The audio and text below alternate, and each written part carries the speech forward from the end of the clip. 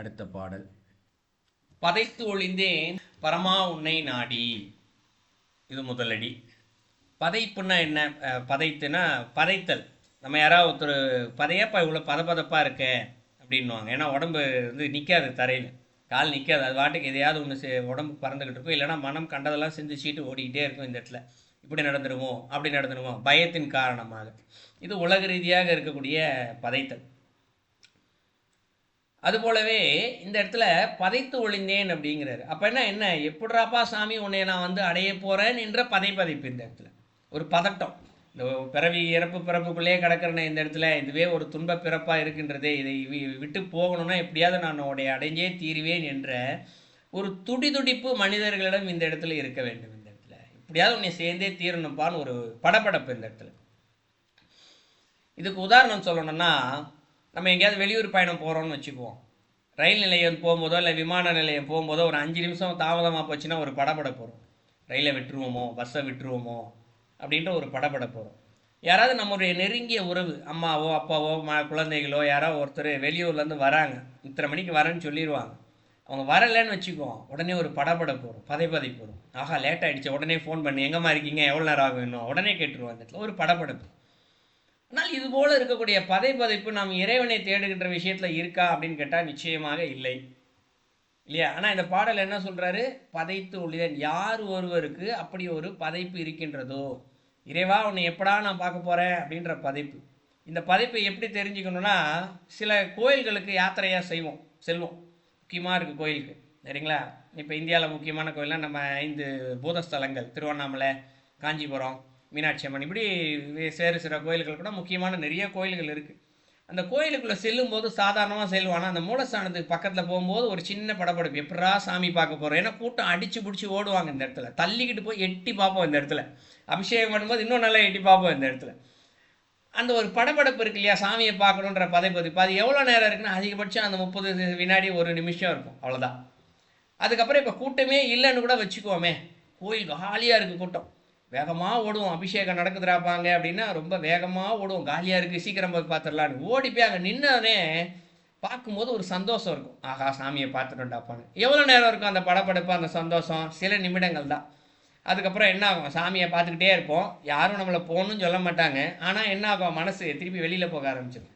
வெளியில் போவோமா, பிரசாதம் வாங்கணுமா, வீட்டுக்கு போகணும், ஆஃபீஸுக்கு போகணும், டைம் ஆயிடுச்சு, மனம் இதுபோல் சிந்திக்க ஆரம்பிக்கிறோம். அப்போ இந்த இடத்துல பதைப்பு என்பது சில வினாடிகள் இருக்கின்றது. ஆனால் அந்த பதைப்பு நாள் முழுதும் இருந்தால் அப்போ தான் என்ன ஆகுது? இந்த இடத்துல ஒளிந்தேன். அப்போது இறைவனை அடைய தடையாக இருக்கக்கூடிய அத்தனை இதுவுமே நம்மை விட்டு ஒளிந்து விடுகின்றது. தடையாக இருக்குன்னா அத்தனை காரண காரியங்களும் இங்கு ஒளிந்து விடுகின்றது. அப்போ அது ஒளிஞ்சிடுச்சுன்னா என்ன ஆகிடுது? அடுத்து பரமா உன்னை நாடி, எல்லாவற்றுக்கும் மேலாக இருக்கக்கூடிய பரம்பொருளே உன்னை நாடி. நாடினா தேடுது. அப்போ மும்மலங்கள் அடிச்சிருச்சு. அழிஞ்சதுக்கப்புறம் ஒரு காலி அறையில் வந்து ஒரு இறைவனுடைய சிலை மட்டும் இருக்குன்னு வச்சுக்கோம், புரிஞ்சுக்கிறதுக்காக சொல்கிற ஒரு புகைப்படமோ படமோ இருக்குன்னு வச்சுக்கோம். உள்ளே போனோன்னு எங்கடா இருக்குது அப்படின்னு பார்ப்போம்ல, ஒரு வினாடியில் கண்டுபிடிச்சிடலாம் இல்லையா? அதெல்லாம் தேடி அதைத்து எழுந்து ஏற்றி இனி யாரோடும் கூடேன், இது 2வது அடியில் சொல்கிறார். அதைத்து அப்படிங்கிறாரு. அதைத்து அப்படின்னா அலைந்து அப்படின்னு பொருள். அலைதல் அலைந்து திரிதல்னு சொல்லுவோம் இல்லையா, அதான் அதைத்து. எழுந்து ஏற்றி அப்படிங்கிறார். ஸோ நீ எழுந்தறிந்திருக்கிற எங்கெங்கெல்லாம் இறைவன் இருக்காரோ அந்த இடத்துக்கெல்லாம் சென்று ஏற்றுதல் அப்படின்னா இந்த இடத்துல போற்றி வணங்குதல். இந்த இடத்துல எங்கே பார்த்தாலும் இறைவனை போய் மூலஸ்தானத்தில் தான் போய் கும்பிடணும்னு இல்லை, உட்கார்ந்துருக்க இடத்துலையே மனசுக்குள்ள ஒரு வினாடி இறை சிந்தனை வச்சா உடனே அவரை போற்று வணங்கி துதித்தல். இந்த இடத்துல இதான் அதைத்து எழுந்து ஏற்றி இனி யாரோடும் கூடேன் அப்படிங்கிற. யாரோடும் அப்படின்னா யார்? இந்த இடத்துல உலக சிந்தனையோடு இருப்பவர்கள் இல்லையா, வேறு ஆசைகளோடு இருப்பவர்கள், இவர்களோடு கூடேன் அப்படிங்கிறார் இந்த இடத்துல.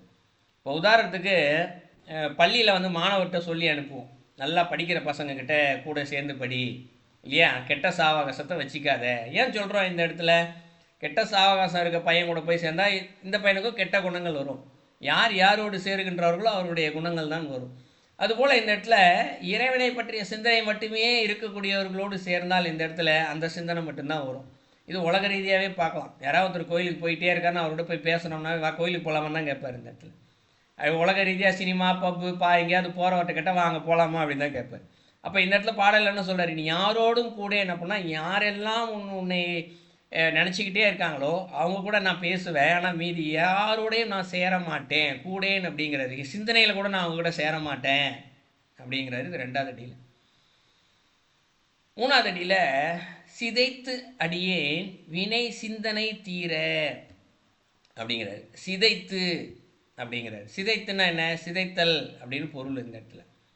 சிதைத்து அடியேன் அப்படிங்கிறார். அப்போ நான் இதெல்லாம் செய்கிறேன், யாருக்கூடையும் சேராமல் உன்னைய மட்டும்தான் அடிச்சுக்கிட்டு இருக்கேன், நீ என்ன பண்ணு, நீ என்னுடைய வினைகள் எல்லாத்தையுமே தீத்துரு, சிதைச்சிரு. சிதைத்து அழித்தல்னு சொல்லுவோம் இல்லையா, அதுதான் சிதைத்து. சிதைத்து அடியேன் வினை சிந்தனை தீர அப்படிங்கிறாரு. அப்போ அடியேனாகிய நான் இருக்கேன், ஏன் உன்னுடைய திருவடியை மட்டுமே நினச்சிக்கிட்டு இருக்கிறதுனால நான் அடியேன், என்னுடைய வினைகள் இருக்கின்றது, என்னுடைய சிந்தனை இருக்கின்றது, இது எல்லாமே தீர அப்படிங்கிறாரு இந்த இடத்துல.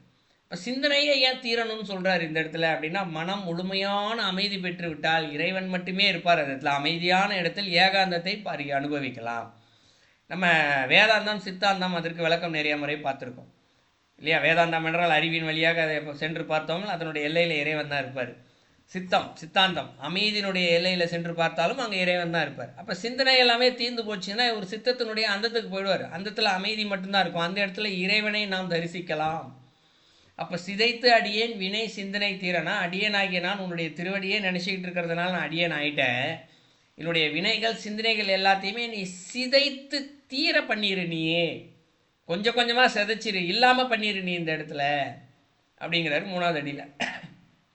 4வது அடியில் என்ன சொல்கிறாரு, உதைத்து உடையாய் உகந்தாண்டு அருளாயே அப்படிங்கிற.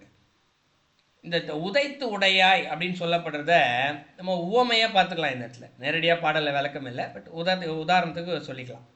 இந்த மார்க்கண்டேயர் புராணத்தில் மார்க்கண்டேயரை இறைவனை சிந்திச்சுக்கிட்டு இறைவனை சிவலிங்கத்தை பூஜை பண்ணிகிட்டு இருக்கும்போது இந்த யமதர்மர் தன்னுடைய பணியை செய்கிறதுக்காக வரும்போது என்ன பண்ணுவார், இந்த இடத்துல எட்டி மிதிப்பார் யமதர்மர்.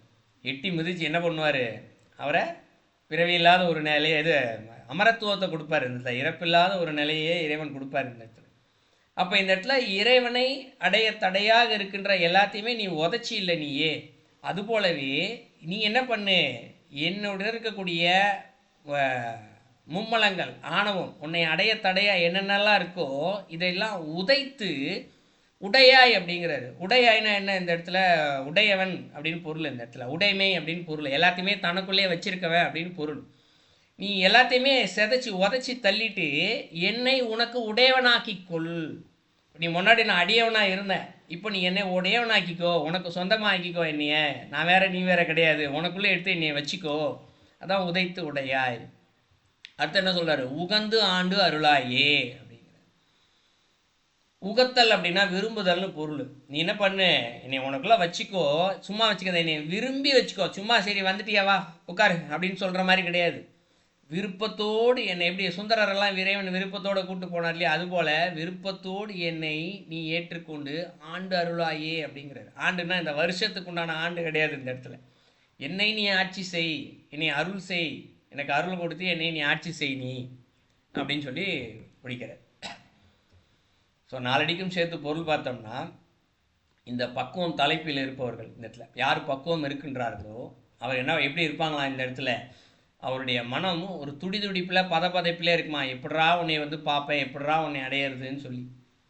ஸோ அதற்காக இந்த இடத்துல அவருக்கு இறைவனை அடைய தடையாக இருக்கக்கூடிய எல்லா ஆசைகள் எல்லாத்தையுமே அவர் ஒழிச்சாரா இந்த இடத்துல, அந்த பதைப்பிலே ஒழிச்சிட்டாரா எல்லாத்தையும். இப்போ இறைவனை இந்த இடத்துல தேட ஆரம்பிக்கிறார், எங்கடா இருக்காரு அப்படின்னு தேடி ஆரம்பிக்கிறார். அலைஞ்சி திரிகிறார் இந்த இடத்துல. அலைஞ்சு திரிஞ்சு எங்கெங்கெல்லாம் இறைவன் இருக்கின்றார் என்று தன்னுடைய சிந்தனைகளை தோன்றுகின்றதோ அங்கெல்லாம் அவர் போற்றி வணங்குகின்றார் இந்த இடத்துல. ஸோ அவர் போற்றி வணங்குகின்ற அந்த இறைவனையே வேறு யாரெல்லாம் போற்றி வணங்காதவர்கள் இருக்கிறார்களோ அவர்களிடம் நான் சேர மாட்டேன், சிந்தனை அளவிலும் நான் சேர மாட்டேன், அவர்களை நினைக்க மாட்டேன் அப்படிங்கிற. இந்த கூடேன் அப்படின்றது சும்மா பக்கத்தில் போயிருந்து பேசுறது மட்டும் அல்ல, சிந்தனையில் கூட அவர்களை வைத்து கொள்ளாதது இந்த இடத்துல. ஸோ இப்படி நான் இருக்கேன், நீ என்ன பண்ணுற, உன்னுடைய திருவடியே நான் நினச்சிக்கிட்டு இருக்கிறதுனால உன்னுடைய அடியவன் ஆயிட்டேன், என்னுடைய வினைகள் சிந்தனைகள் எல்லாத்தையுமே நீ தீரும் அளவிற்கு சிதைத்து விடு. அப்போ என்கிட்ட சிந்தனையே இருக்காது, நான் அமைதியின் உச்சத்துக்கு போயிடுவேன். அப்போ நீ என்ன பண்ணு, இந்த இடத்துல உன்னை உன்னை உடையவனாக்கிக்கொள். என்னை ஆண்டவர்கள் ஆட்சி செய் நீ இந்த இடத்துல. அதற்கு தடையாக என்னென்னலாம் இருக்கின்றோ அதையெல்லாம் உதைத்து தள்ளி என்னை உனக்கு உடையவனாக்கி என்னை முழுமையாக நீயே ஆட்சி செய், அதற்கு எனக்கான அருளை கொடு அப்படின்னு சொல்றார். இதான் அந்த பாடலுடைய பொருள்.